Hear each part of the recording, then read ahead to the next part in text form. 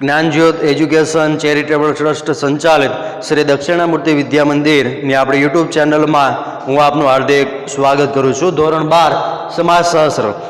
ગયા પીરિયડમાં આપણે જોયું કે ભારતીય સંસ્કૃતિના સ્વરૂપ, જેની અંદર લોક સંસ્કૃતિ, આદિવાસી સંસ્કૃતિ, આદિવાસી કલા સંસ્કૃતિ, ચિત્રકલા, ગીત સંગીત, નૃત્ય કલા અને માટી કલા.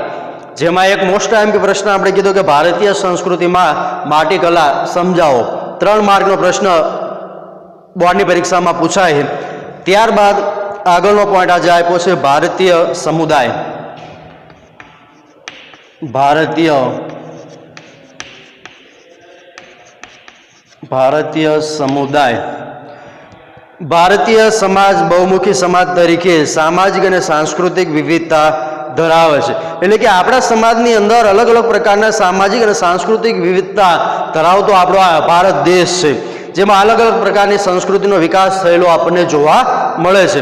તેમાં અનેક જુદા જુદા સમુદાયો જેવા કે ધાર્મિક સમુદાય, ગ્રામીણ સમુદાય, શહેરી સમુદાય, આદિવાસી સમુદાય જોવા મળે છે. અલગ અલગ પ્રકારના ધર્મ પાળતા લોકો આપણા ભારતીય સમાજની અંદર જોવા મળે છે. એટલે એમ કહેવાય કે ધાર્મિક સમુદાય. અલગ અલગ પ્રકારના ગ્રામીણ સમુદાય, અલગ અલગ પ્રકારના શહેરી સમુદાય અને અલગ અલગ પ્રકારના આદિવાસી સમુદાય પણ આપણને જોવા મળે છે. તો એના વિશે આપણે વિસ્તૃત અભ્યાસ કરીશું. પહેલું આપ્યું છે સમુદાયનો અર્થ. સમુદાય એટલે શું? તો અહીંયા આપ્યું છે સમુદાય એટલે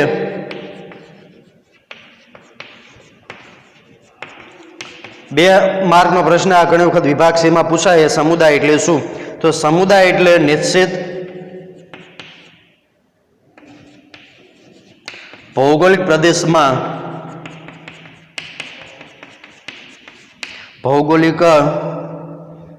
પ્રદેશમાં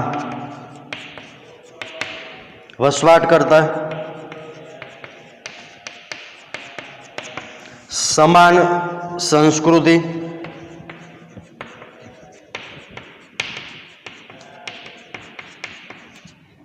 અને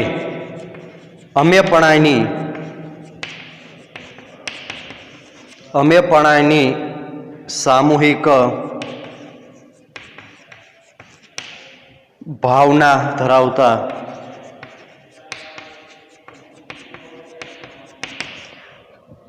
પારસ્પરિક સંબંધ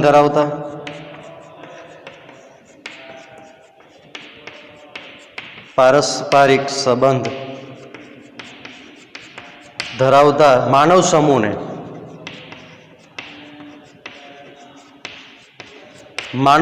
સમુદાય કહે છે.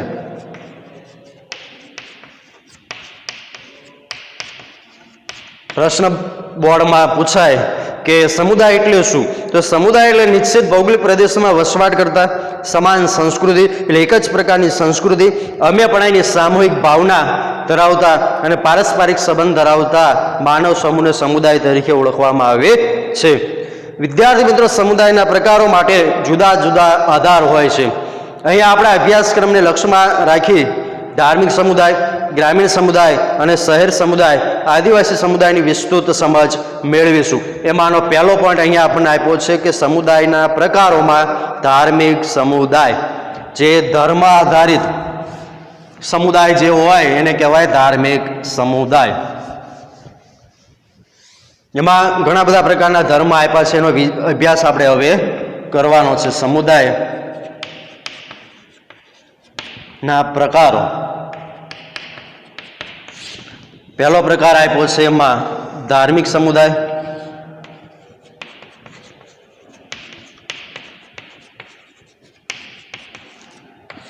ધાર્મિક સમુદાય એટલે અલગ અલગ પ્રકારના ધર્મ, હિન્દુ, મુસ્લિમ, ઈસાઈ, ખ્રિસ્તી, જૈન, બૌદ્ધ, પારસી, આવા અલગ અલગ પ્રકારના ધર્મ પાળતા લોકો ભારતીય સમાજની અંદર આપણને જોવા મળે છે. તો પહેલા તો એની વ્યાખ્યા છે કે ધાર્મિક સમુદાય એટલે શું? તો ધાર્મિક સમુદાયની વ્યાખ્યા તો કે ધાર્મિક સમુદાય એટલે એવું ચોક્કસ જૂથ કે જેને પોતાનું આગવું તત્વજ્ઞાન, પૂજા ઉપાસના, ધાર્મિક માન્યતા, વિધિ વિધાન, આચાર સંહિતામાં સમાનતા હોય છે. વ્યાખ્યા આપી છે ધાર્મિક સમુદાય એટલે શું? તો કે પોતાનું આગવું તત્વજ્ઞાન, પૂજા ઉપાસના, પૂજા ઉપાસના પદ્ધતિ, ધાર્મિક માન્યતાઓ,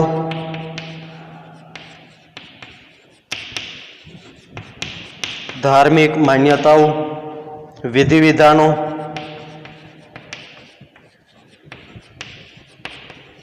વિધિ વિધાનો અને આચાર સંહિતા.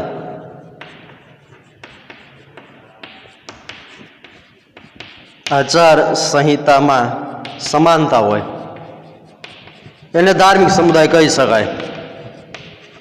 પોતાનું આગવું તત્વજ્ઞાન, પૂજા ઉપાસના પદ્ધતિ, ધાર્મિક માન્યતાઓ હોય. ઘણી બધી માન્યતાઓ આપણા ભારતીય સમાજની અંદર આપણને જોવા મળે છે. વિધિ વિધાન, અંધશ્રદ્ધાઓ જોવા મળે અને આચાર સંહિતા, તો આને આપણે ધાર્મિક સમુદાય કહી શકાય. મિત્રો, આપણો ભારત દેશ બહુધર્મી દેશ છે. બહુધર્મી એટલે એક કરતાં વધારે ધર્મ પાળતા લોકો વસવાટ કરે છે, એટલે એને કહેવાય બહુધર્મી દેશ. તેમાં જુદા જુદા ધાર્મિક સમુદાયમાં જોઈએ તો હિન્દુ, ઇસ્લામ, ખ્રિસ્તી, શીખ, બૌદ્ધ, જૈન, પારસી, યહૂદી ધર્મનો સમાવેશ થાય છે. ભારતમાં દરેક ગામ કે શહેરમાં મંદિર, મસ્જિદ, ચર્ચ, ગુરુદ્વારા, અગિયારી જેવા સ્થળો ધર્મના પ્રતીક સ્વરૂપે આપણને જોવા મળે છે. ભારતીય સમુદાયની અંદર હિન્દુ ધર્મના લોકો એ મંદિરની અંદર જતા હોય, ધાર્મિક શ્રદ્ધા ધરાવતા હોય. પછી ત્યારબાદ મુસ્લિમ લોકો હોય તો એ સૌથી વધારે તમે જુઓ કે મુસ્લિમ લોકો ક્યાં જાય તો મસ્જિદની અંદર જતા હોય. ત્યારબાદ પારસી લોકો હોય તો એ ચર્ચમાં જતા હોય. એવી રીતના અલગ અલગ પ્રકારના ધર્મ પાળતા લોકો એ ભારતીય સમાજની અંદર આપણને જોવા મળે છે. ત્યારબાદ ભારતના બંધારણની કલમ 25(1) દરેક વ્યક્તિને પોતાનો ધર્મ સ્વતંત્ર રીતે સ્વીકારવા, વ્યવહારમાં લાવવા તેમજ તેનો પ્રચાર અને પ્રસાર કરવાનો અધિકાર આપે છે. વિકલ્પની અંદર આ પ્રશ્ન પૂછાશે બોર્ડની પરીક્ષામાં કે ભારતીય બંધારણ પ્રમાણે, વિકલ્પ 1 યાદ રાખજો, બોર્ડમાં પૂછાય ઘણી વખત, ભારતની બંધારણની કલમ 25(1) દરેક વ્યક્તિને પોતાનો ધર્મ, પોતાનો ધર્મનો પ્રચાર કરવા, પ્રચાર અને પ્રસાર કરવાનો અધિકાર આપે છે. અધિકાર આપે છે. ભારતની બંધારણની કઈ કલમ જે છે જે દરેક વ્યક્તિને પોતાનો ધર્મનો પ્રચાર અને પ્રસાર કરવામાં અધિકાર આપે છે? તો 25(1). MCQની અંદર આ પ્રશ્ન પૂછાશે. વિશ્વમાં ભારતમાં પ્રવર્તી ધાર્મિક વિશ્વાસની સહિષ્ણુતા એ વિવિધતાની સ્વીકૃતિ ઉદાહરણરૂપ બને છે. ભારતમાં બધા જ પ્રકારના લોકો પોતાની ધાર્મિક શ્રદ્ધાને માનવા અને તેને સુરક્ષિત રાખવા સ્વતંત્ર છે. પોતાનો ધર્મ આગળ વધે એવું સમાજની અંદર, હિન્દુ સમાજની અંદર જોવા મળે છે. જુદા જુદા ધાર્મિક સમુદાયનો પરિચય નીચે મુજબ મેળવીશું. ઘણા બધા ધર્મ અહીંયા આપણને આપેલા છે. એમાંના 2 થી 3 ધર્મ એ આપણે ટૂંક નોંધમાં તૈયાર કરી દઈશું. બોર્ડમાં 3 માર્કમાં એ ટૂંક નોંધ પૂછાશે. આપણે પહેલું આપ્યું છે હિન્દુ સમુદાય, જે એ પણ બોર્ડની પરીક્ષાના રીતે મોસ્ટ આઈએમપી પ્રશ્ન છે. હિન્દુ સમુદાય ટૂંક નોંધ સમજાવો. એકદમ ઇઝી અને સહેલો. આપણી સાથે સંકળાયેલો સમુદાય હિન્દુ સમુદાય એટલે આપણને લખતા આવડે. હિન્દુ સમુદાય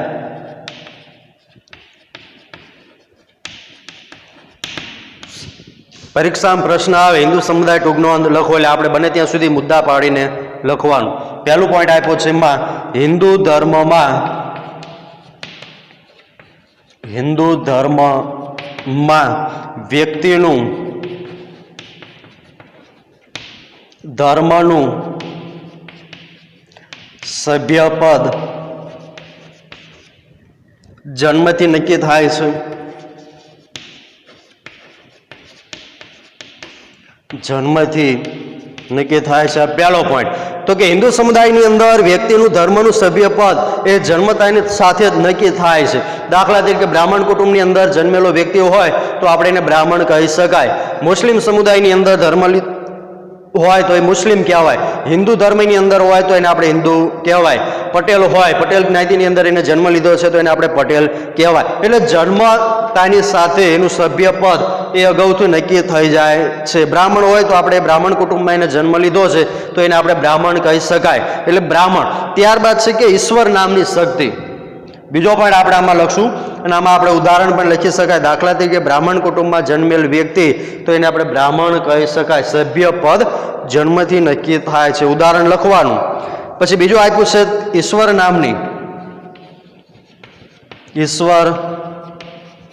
નામની શક્તિ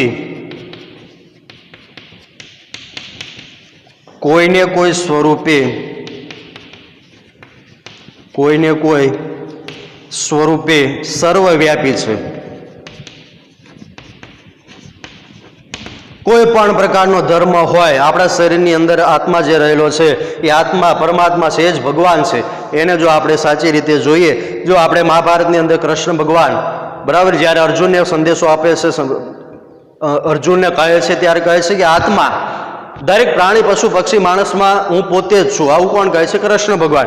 એટલે અહીંયા કીધું કે ઈશ્વર સુધી પહોંચવું હોય, ઈશ્વર નામની શક્તિ આપણા શરીરની અંદર જ રહેલી છે. આપણા શરીરમાં આત્મા નામનો જે પરમાત્મા જે છે એ જ આપણી ઈશ્વરની શક્તિ છે.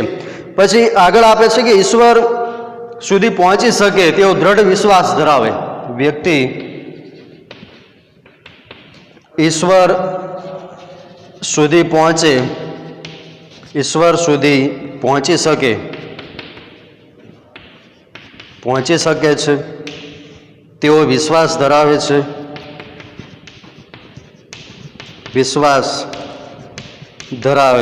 એટલે આપણે અહીંયા આપ્યું છે કે ઈશ્વર સુધી પહોંચી શકવું એટલે માણસને પોતાના કર્મ આધીન ફળ પ્રાપ્ત થાય છે. કૃષ્ણ ભગવાન કે ભગવદ્ ગીતાની અંદર કે જેનું કર્મ હોય એવું એનું ફળ મળે. એટલે વ્યક્તિ ઈશ્વર સુધી પહોંચવા માંગતો હોય તો એને સૌથી પહેલાં એનું કર્મ સુધારવું પડે.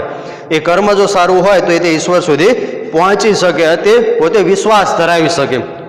હિન્દુ સમુદાય એક ઈશ્વરમાં માનતી નથી. આ ધર્મમાં અનેક વિવિધતા જોવા મળે છે. આગળનો પોઈન્ટ આપ્યો છે કે હિન્દુ સમુદાય એક ઈશ્વરમાં માનતી નથી, કારણ કે આપણા ભારતીય સમુદાયની અંદર અલગ અલગ પ્રકારના ધર્મ પાળતા લોકો વસવાટ કરે છે. એટલા માટે કોઈ એક ઈશ્વર, એ કોઈ ભગવાનમાં માનતી નથી. અલગ અલગ પ્રકારના ભગવાનમાં બધા લોકો માનતા હોય છે. ઘણા રામને માનતા હોય, કોઈ કૃષ્ણને માનતા હોય, કોઈ હનુમાનને માનતા હોય, કોઈ માતાજીને માનતા હોય, કોઈ કુળદેવીને માનતા હોય. એમ અલગ અલગ પ્રકારના ધર્મ અને અલગ અલગ પ્રકારના ધર્મમાં પણ અનેક વિવિધતા આપણને જોવા મળે છે. પછી ત્યારબાદ આગળનો પોઈન્ટ આમાં લખશું કે ધર્મ, કર્મ, મોક્ષ એ 3 મહત્વના સિદ્ધાંતો છે. ધર્મ, કર્મ અને મોક્ષ 3 મહત્વના સિદ્ધાંતો છે. ભગવદ્ ગીતાની અંદર આપણે આ 3 સિદ્ધાંતો આપણને આપેલા છે. ધર્મ, કર્મ અને મોક્ષ. આ ધરતી ઉપર આપણે માનવ તરીકે જન્મ લીધો છે તો આપણે હંમેશા ધર્મ સાથે સંકળાયેલા રહેવું જોઈએ. અને બીજું આપ્યું છે કર્મ. તો આપણું કર્મ સારું હોય તો આપણને ફળ પણ એવું પ્રાપ્ત થાય, તો એ કર્મ પણ સારું હોવું જોઈએ. અને મોક્ષ પ્રાપ્ત કરવા માટે આ બંને વસ્તુ જરૂરી છે. ધર્મ જરૂરી છે અને કર્મ પણ સારા જરૂરી છે. તો આપણને આ જીવનમાંથી મોક્ષ પ્રાપ્ત થાય, નકા આપણને મોક્ષ પ્રાપ્ત થતો નથી. અને આપણા જીવનના ચક્રની અંદર આપણે પાછો બીજો જન્મ લઈને પાછું આવવું પડે છે. જો અહીંયા આગળ આપ્યું છે કે ધર્મ નૈતિક શક્તિ છે, કર્મ વ્યક્તિને સારા અને ખરાબ કર્મનું ફળ ભોગવવું પડે છે. જો સરસ એવો પોઈન્ટ આગળ આપ્યો છે આપણને કે ધર્મ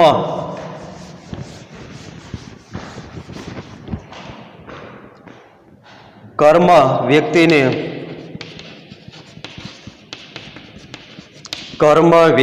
સારા ખરાબ કર્મોનું ફળ ભોગવવું પડે છે.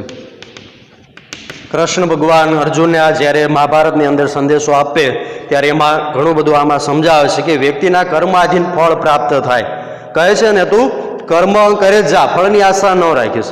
તારું જો કર્મ સારું હોય છે તો ફળ તને આપોઆપ મળવાનું છે. એટલે કર્મ વ્યક્તિને સારા અને ખરાબ કર્મોનું ફળ ભોગવવું પડે છે. જો આપણે સારા કર્મ ન કર્યા હોય તો આ જ ભાવ અથવા આવતા ભાવની અંદર પણ કર્મ સારા ન હોય તો એનું ફળ આપણને ભોગવવું પડે જ છે. ત્યારબાદ છે કે મોક્ષ અને કર્મ. મોક્ષ, કર્મ જન્મ મૃત્યુના જન્મ મૃત્યુના બંધનમાંથી મુક્તિ આપે, બંધનમાંથી મુક્તિ આપે છે. સારા કર્મ કર્યા હોય તો આપણને બીજો જન્મ પ્રાપ્ત થતો નથી, આપણને સરસ એવું ફળ પ્રાપ્ત થાય છે. એટલે અહીંયા શું કીધું છે કે સારા કર્મ હોય, મોક્ષ અને કર્મ જન્મ મૃત્યુના બંધનમાંથી આપણને મુક્તિ આપે છે. સારું કર્મ જો આપણે કર્યું હોય સમાજની અંદર કોઈ પણ વ્યવહારમાં, તો એ આપણા જન્મ મૃત્યુમાંથી મુક્તિ પ્રાપ્ત થાય છે. શ્રી ભગવદ્ ગીતા તેમનું ધર્મ પુસ્તક અને મંદિર તેમનું ધર્મ સ્થાન. વિકલ્પની અંદર ઘણી વખત પ્રશ્ન પૂછાય છે કે હિન્દુ સમુદાયનું ધર્મ પુસ્તક કયું છે. બધાને ખ્યાલ જ હોય કે હિન્દુ સમુદાયમાં ધર્મ પુસ્તક આપણું કયું છે? શ્રીમદ ભગવદ્ ગીતા. તો શ્રીમદ ભગવદ્ ગીતા ધર્મ પુસ્તક. ગયા વર્ષના બોર્ડના પેપરમાં આ વિકલ્પ એક વખત પૂછાઈ ગયો છે કે હિન્દુ સમુદાયનું ધર્મ પુસ્તક કયું છે? શ્રીમદ ભગવદ્ ગીતા. અને મંદિર જે આપ્યું છે તેમનું ધર્મ સ્થાન છે. મંદિર ધર્મ સ્થાન છે. તેમજ ધર્મ સ્થાનોમાં સેવા પૂજા કરનારને પૂજારી કહેવામાં આવે છે. આપણા સમાજમાં મંદિરમાં તમે જાઓ તો મંદિરની અંદર જે સેવા પૂજા, માતાજીની જે ઉપાસના કરતા હોય તો એવા સેવા પૂજા કરનાર વ્યક્તિને આપણે પૂજારી તરીકે ઓળખવામાં આવે છે. હિન્દુ ધાર્મિક ગ્રંથો અનુસાર વ્યક્તિએ સમગ્ર જીવન દરમિયાન 16 સંસ્કારોમાંથી પસાર થવું પડે. આ પણ યાદ રાખજો, વિકલ્પમાં પૂછાય કે ધાર્મિક ગ્રંથ પ્રમાણે વ્યક્તિએ જીવન દરમિયાન કેટલા સંસ્કારોમાંથી પસાર થવું પડે છે? તો કે 16 સંસ્કારોમાંથી પસાર થવું પડે છે, જેમાં મુખ્ય જન્મ, લગ્ન અને મૃત્યુ એ સંસ્કાર છે. 16 સંસ્કારમાંથી એક સંસ્કાર આપ્યો છે જન્મ, બીજું આપ્યું છે લગ્ન, ત્રીજું આપ્યું છે મૃત્યુ. એ સંસ્કાર છે. સંસ્કાર છે. જન્મ જેનો થયો છે એનું મૃત્યુ નિશ્ચિત છે જ. એટલે 16 સંસ્કારોમાંથી 3 સંસ્કાર અહીંયા આપણને આપ્યા છે, જન્મ, લગ્ન અને મૃત્યુ. હિન્દુ ધર્મમાં શૈવ, વૈષ્ણવ, શાક્ત અને સ્માર્ત એવા 4 ભાગ જોવા મળે છે. શૈવ એટલે શિવ ભગવાન પૂજાને માનતા હોય, પછી વૈષ્ણવ એટલે વિષ્ણુ ભગવાન કૃષ્ણ ભગવાનને માનતા હોય, પછી શાક્ત અને સ્માર્ત એવા 4 પ્રકારના ભાગ એ આપણા ભારતીય હિન્દુ સમુદાયની અંદર જોવા મળે છે. જો શૈવમાં શંકર શિવની પૂજા કરે, વૈષ્ણવમાં વિષ્ણુ ભગવાન, શાક્ત એટલે દેવી કે માતાજીની ઉપાસના કરતા હોય, અને સ્માર્ત એટલે શિવ, વિષ્ણુ કે દેવી એમ ત્રણેયની પૂજા કરે. ભારતીય સમુદાયની અંદર 3 પ્રકારના આપણને ધર્મ જોવા મળે છે, જેમાં પહેલું અહીંયા આપણને આપ્યું છે કે શૈવ એટલે આપણે બાજુમાં લખી જ નાખવાનું, શિવને માનતા હોય, શિવની ઉપાસના કરતા હોય. પછી બીજું આપ્યું છે વૈષ્ણવ. વૈષ્ણવ એટલે વિષ્ણુ ભગવાન, વિષ્ણુ ભગવાનને માનતા હોય. પછી આગળ આપ્યું છે શાક્ત. શાક્ત એટલે કે દેવી માતાજીની ઉપાસના કરતા હોય, દેવી માતાજીની ઉપાસના. અને છેલ્લું આપ્યું છે આપણને સ્માર્ત. સ્માર્ત એટલે કે શિવ, વિષ્ણુ કે દેવ ત્રણેયની ઉપાસના, ત્રણેયની ઉપાસના કરતા હોય. હિન્દુ ધર્મમાં અનેક સંપ્રદાય અને પંથો, વાડાઓ છે. એટલે કે ભારતીય સમાજની અંદર તમે હિન્દુ સમાજ જુઓ તો એ હિન્દુ સમાજની અંદર અનેક પ્રકારના સંપ્રદાય આપણને જોવા મળે છે. કોઈ એક સંપ્રદાય નથી. હિન્દુ સમુદાય અલગ અલગ પ્રકારનો સંપ્રદાય ધરાવતો આપણો આ ભારત દેશ છે, જેમાં દાખલા તરીકે આપણા સમાજની અંદર તમે જુઓ કે સંપ્રદાયમાં સ્વામિનારાયણ સંપ્રદાય હોય, જૈન સંપ્રદાય હોય, બૌદ્ધ સંપ્રદાય હોય, તો આવા અલગ અલગ પ્રકારના સંપ્રદાય અને વાડાઓ છે, જે ખૂબ જ જટિલ છે. તેમ છતાં તેઓ વિશાળ હિન્દુ સમુદાય સાથે પરસ્પર સંબંધ ધરાવે છે. આ પ્રકારના જે ધર્મ છે એનો વિકાસ ભરપૂર સમાજની અંદર થયેલો જોવા મળે છે. આમ હિન્દુ ધર્મમાં અનેક વિવિધતા હોવા છતાં તેઓ ગાઢ રીતે સંકળાયેલા છે. તીર્થયાત્રા કરવી, દાન આપવું, જુદા જુદા ધાર્મિક વ્રત કરવા, ધાર્મિક ગ્રંથોનું વાંચન, તહેવાર ઉજવવા, પવિત્ર નદીઓમાં સ્નાન કરવું, ધર્મસ્થાન અને સંતોને દાન, સેવા આપવી વગેરે ખૂબ જ મહત્વ ધરાવે છે. જો અહીંયા આપણને આપેલા છે કે આપણા હિન્દુ સમુદાયની અંદર કેટલા એ પ્રકાર આપણને જોવા મળે છે. તો કે અહીંયા આપણને આપ્યું છે પહેલું, અનેક વિવિધતામાં પહેલું કે તીર્થયાત્રા કરવી, તીર્થયાત્રા કરવી. તો કે આપણા ભારતીય સમાજમાં ઘણા બધા પ્રકારની લોકો તીર્થયાત્રા કરવા માટે જતા હોય છે. પછી બીજું આપવું છે દાન આપવું. કોઈને કોઈ પણ પ્રકારે આપણે દાન આપ્યું હોય તો એ દાન ક્યારેય ખાલી જતું નથી. એ પછી પૈસાનું દાન હોય કે પોતાના જીવનનું દાન હોય, કોઈ પણ પ્રકારનું દાન આપી શકાય. જુદા જુદા ધાર્મિક વ્રત, જુદા જુદા ધાર્મિક વ્રતો કરવા, ધાર્મિક વ્રતો કરવા. પછી ત્યારબાદ છે આગળ ધાર્મિક ગ્રંથોનું વાંચન, ધાર્મિક ગ્રંથોનું વાંચન. જે ભારતીય સમાજની અંદર બે આપણા મહાકાવ્ય રામાયણ અને મહાભારતનું વાંચન એ ઋષિમુનિઓ દ્વારા કરવામાં આવે છે. અને અત્યારે વર્તમાન સમયની અંદર પણ ઘણા બધા એ ઋષિમુનિઓ દ્વારાનું જ્ઞાન કરી શકાય છે. ત્યારબાદ છે આગળ તહેવારો ઉજવવા. તો કે ભારતીય સમાજમાં પણ ઘણા બધા અલગ અલગ પ્રકારના તહેવાર ઉજવવામાં આવે. પવિત્ર નદીઓમાં સ્નાન કરવું, જેમ કે કહેવાય કે ગંગા એ પવિત્ર નદી છે, તો ગંગા એમાં જઈને આપણે સ્નાન કરવું. ધર્મસ્થાન અને સંતોને દાન આપવું, સેવા આપવી વગેરે મહત્વ ધરાવે છે. તેમજ દિવાળી, હોળી અને નવરાત્રિ તેમના ધાર્મિક તહેવારો છે. હિન્દુ સમુદાયની અંદર સૌથી વધારે લોકો દિવાળી, હોળી અને નવરાત્રિ જેવા ધાર્મિક તહેવારો પણ ઉજવે છે. અત્યારે હાલના સમયની અંદર આપણે નવરાત્રિ જેવા ધાર્મિક તહેવાર એ પણ આપણા હિન્દુ સમુદાયની અંદર વર્તમાન સમયમાં આપણને જોવા મળે છે અને આપણે એ નવરાત્રિનો તહેવાર ઉજવીએ છીએ. તો આ પ્રશ્ન હિન્દુ સમુદાય ટૂંક નોંધ લખો, 3 માર્કમાં બોર્ડની પરીક્ષામાં પૂછાય. તો પહેલાં એની વ્યાખ્યા લખવાની. ધાર્મિક સમુદાય એટલે શું? તો કે તત્વજ્ઞાન, પૂજા ઉપાસના પદ્ધતિ, માન્યતા, વિધિ વિધાન, આચાર સંહિતામાં સમાનતા હોય છે, આ વ્યાખ્યા. અને પહેલો પોઈન્ટ આપ્યો છે હિન્દુ સમુદાય. તો આ રીતના પ્રશ્ન પૂછાય કે ધાર્મિક સમુદાયની વ્યાખ્યા આપી, હિન્દુ સમુદાય વિશે સમજાવો. તો એ આપણું આ ગૃહ કાર્ય છે ને એ પેપરની અંદર કદાચ 3 માર્કમાં પૂછાય તો આપણે આ હિન્દુ સમુદાય એ ટૂંકનોંધ તૈયાર કરવાની. જોકે ધાર્મિક સમુદાયની અંદર વધારે ભાગ 3 પ્રશ્નો વારંવાર પૂછાય. હિન્દુ સમુદાય છે, મુસ્લિમ સમુદાય છે અને પારસી સમુદાય. આ 3 જ પોઈન્ટ વધારે ભાગ પૂછાય એટલે આપણે ગૃહ કાર્યની અંદર લખીને તૈયાર કરી દઈશું. હિન્દુ સમુદાય, હિન્દુ સમુદાય ટૂંક નોંધ લખો.